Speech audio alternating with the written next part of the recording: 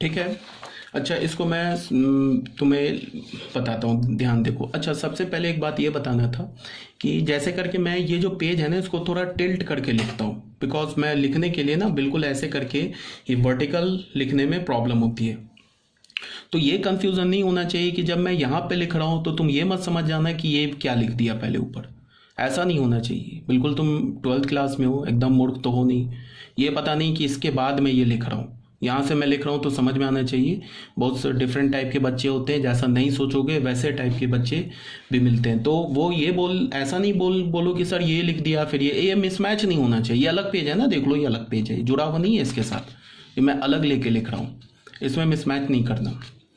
तो मतलब कि जब मैं इस पेज पे लिख रहा हूँ ना, ब्लैंक पेज, तो इसको देखो ही नहीं। ये जो दिख रहा है तुम्हें, ये पोर्शन दिख रहा है, इसको देखना ही बंद कर दो। तुम सिर्फ इसी पेज को देखो, ठीक है। बिल्कुल ऐसे करके लिखना थोड़ा प्रॉब्लमेटिक है, ऐसे करके लिखना, ठीक है। बात समझ में आ गई? अब जरा सुनो ध्यान से। ये ए मैट्रिक्स मैंने क्या ले लिया, एक स्क्वायर मैट्रिक्स ले लिया, n/n ऑर्डर का स्क्वायर मैट्रिक्स ले लिया। तो अब क्या बोला जा रहा है कि ये एक स्क्वायर मैट्रिक्स है, तो इसको मैं सिमेट्रिक मैट्रिक्स और स्क्यू सिमेट्रिक मैट्रिक्स के टर्म में ऑलवेज रिप्रेजेंट कर सकता हूं। वो कैसे? पहले तुम ऐसे देखो, ए को क्या मैं ऐसे लिख सकता हूं, half A plus A transpose plus half A minus A transpose, ऐसे लिख सकता हूँ।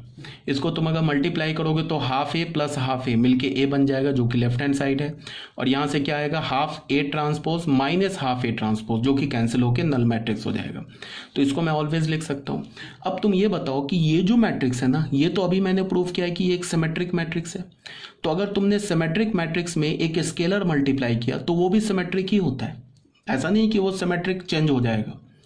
तो सिमेट्रिक में स्केलर मल्टीप्लाई करोगे तो सिमेट्रिक होगा, स्क्यू सिमेट्रिक मैट्रिक्स में स्केलर मल्टीप्लाई करोगे तो वो भी स्क्यू सिमेट्रिक मैट्रिक्स ही होगा। हाँ, बट अगर किसी सिमेट्रिक मैट्रिक्स में तुम कोई दूसरा मैट्रिक्स मल्टीप्लाई कर दोगे तो वो चेंज भी हो सकता है, वो नॉन सिमेट्रिक भी हो सकता है, वो सिमेट्रिक भी हो सकता है, बट स्केलर से चेंज नहीं होता है। इसका क्या मतलब है कि अगर मैंने ए को एक सिमेट्रिक मैट्रिक्स बोला है तो लैम्डा इंटू ए जो होगा वो भी सिमेट्रिक मैट्रिक्स ही होगा।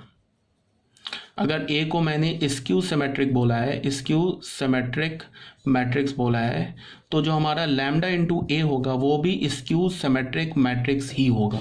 ये बात बोला जा रहा है, ठीक है ना। तो अब ये बताओ, ए प्लस ए ट्रांसपोज ये सिमेट्रिक हो गया तो हाफ मल्टीप्लाई किया तो ये भी पूरा सिमेट्रिक, ये स्क्यू सिमेट्रिक हो गया, अभी प्रूफ किया है तो ये भी पूरा स्क्यू सिमेट्रिक। तो ए को हमने क्या लिख दिया, symmetric plus skew symmetric matrix के टर्म में मैंने रिप्रेजेंट कर दिया। तो यही बात बोला जा रहा है। इस पे मैंने ऑलरेडी बता दिया कि जेके बोर्ड में, सीबीएसई बोर्ड में या तो लॉन्ग में या तो शॉर्ट में एक क्वेश्चन पूछ देते हैं, ठीक है। तो इसको याद रखना। तो ये हमारा हो गया नोट नंबर 3। अब आ जाओ नोट नंबर 4 में। ये नोट नंबर 4 जो है थोड़ा बड़ा है, इसमें इसके कई सारे डिफरेंट ये है आपको पॉइंट्स हैं। तो इसमें क्या है कि कोई ये एज सच रटना नहीं है, बिल्कुल लॉजिकली बेस्ड है, वो इसको ध्यान से समझ लो। क्या बोल रहा है यहाँ पे कि A and B are square matrix of same order if both are symmetrics. A और बी को बोल रहा है क्या कि स्क्वायर मैट्रिक्स है सेम ऑर्डर का, अगर दोनों सिमेट्रिक है तो A plus B is a symmetric matrix. पहले में आ जाओ, ठीक है। क्या बोले यहाँ पे, ए और बी अगर स्क्वायर मैट्रिक्स है, नोट नंबर 4 को समझाने के लिए ए और बी को हमने क्या बोला, ये एक स्क्वायर मैट्रिक्स है सेम ऑर्डर का। तो क्या बोल रहा है कि ए प्लस बी जो है हमारा, ए और बी स्क्वायर मैट्रिक्स है, सिमेट्रिक मैट्रिक्स नहीं है। तो यह क्या बोल रहा है कि ए प्लस बी जो होगा वो भी हमारा क्या होगा,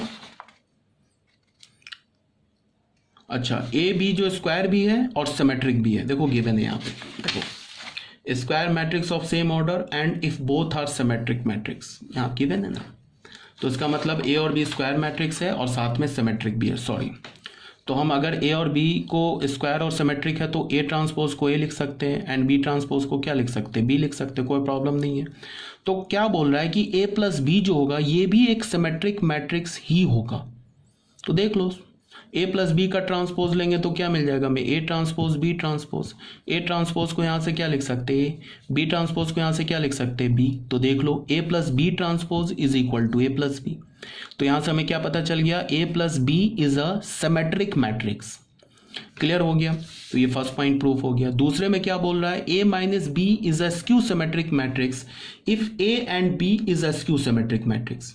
अब यहाँ पे फिर थोड़ा चेंज हो गया कि अगर ए और बी स्क्यू सिमेट्रिक मैट्रिक्स है तो ए माइनस बी भी स्क्यू सिमेट्रिक मैट्रिक्स होगा।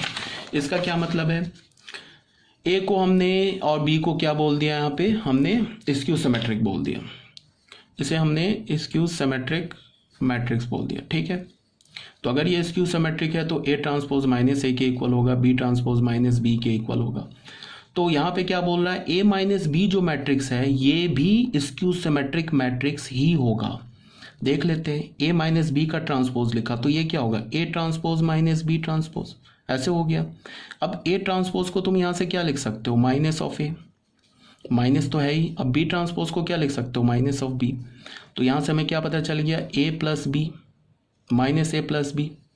इससे तुम कॉमन ले लो तो ये क्या हो जाए, माइनस कॉमन लिया तो ए माइनस बी। तो हमें क्या मिल रहा है, A minus B transpose is equal to minus A minus B.